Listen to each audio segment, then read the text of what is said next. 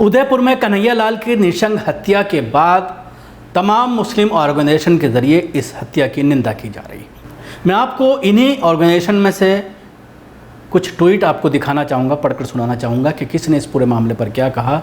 Jamaat Islami Hind, student Islamic organisation of India, Jamiat Ulama Hind, मौलाना महमूद मदनी और मौलाना अरशद मदनी, इसके अलावा all India Muslim personal law board ने इस पूरी घटना की कड़े अल्फाज में निंदा की है और सख्त से सख्त सज़ा दिए जाने की बात इन तमाम लोगों के ज़रिए कही गई है।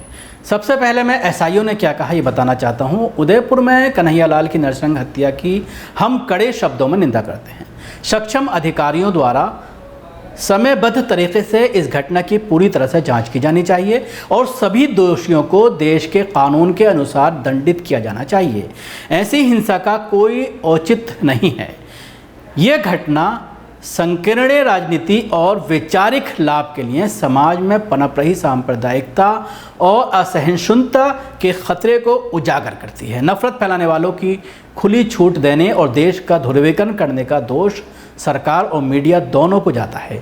हम अपने देशवासियों से इस दुख की घड़ी में शांति, सद्भाव और एकजुटता बनाए रखने की अपील करते हैं। ये बात स्पष्ट रहनी चाहिए कि ऐसी घटना किसी भी तरह से इस्लाम और पैगंबर हज़रत मोहम्मद मुस्तफ़ा सल्लल्लाहु अलैहि वसल्लम की शिक्षाओं को नहीं दर्शाती है, जो दया और परोपकार के स्रोत हैं। उन्होंने मानवता को एक दूसरे से प्यार और सहानुभूति करना सिखाया और अपने कट्टर दुश्मन को भी माफ़ कर दिया था।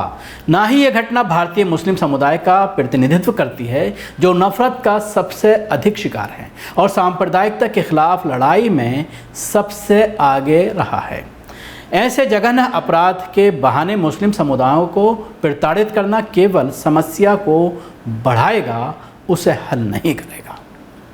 इसके अलावा all India Muslim personal law board ने भी अपना एक लेटर हेड पर पैगाम जारी किया है। कानून को अपने हाथ में लेना काबिल मजम्मत, अफसोसनाक और गैर इस्लामी हरकत। All India Muslim personal law board. मौलाना खालिद सैफुल्लाह रहमानी ने अपने प्रेस नोट में कहा है कि किसी भी मजहबी मुक़द्दस शख्सियत की शान में गुस्ताखी करना एक संगीन जुर्म है। बीजेपी की तर्जमान और नुमाइंदा नूपुर शर्मा ने पैगम्बर इस्लाम सल्लल्लाहु अलैहि वसल्लम की शान में जो एहानत की हरकत की है वो मुसलमानों के लिए बेहद तकलीफ दे है।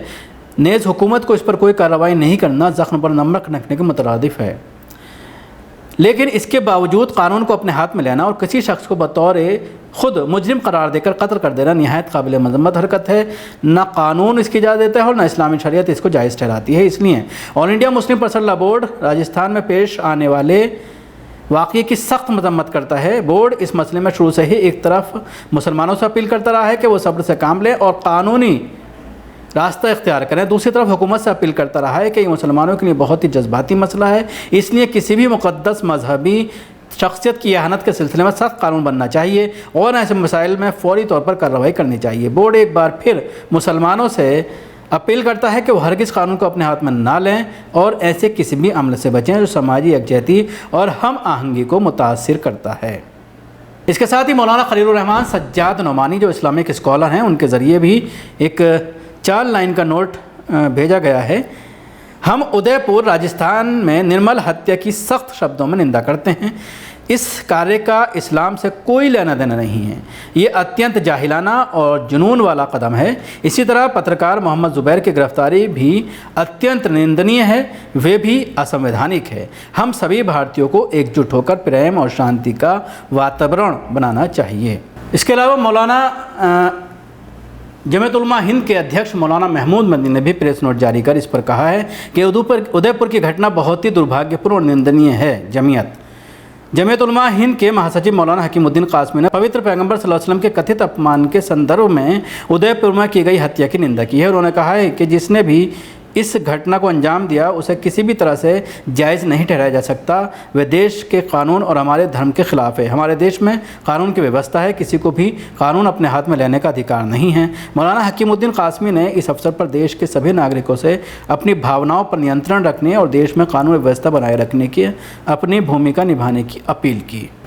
इसके अलावा असदुद्दीन ओवैसी का भी बयान आपने देखा होगा, किस तरह से उन्होंने इस पूरी घटना पर मुसलमानों से अपील की है और उसके साथ ही इस पूरी घटना की निंदा की है। लेकिन इसके साथ साथ बार बार हर जगह यही सवाल खड़ा हो रहा है कि आखिर देश को नफ़रत की आग में किसने झोंका।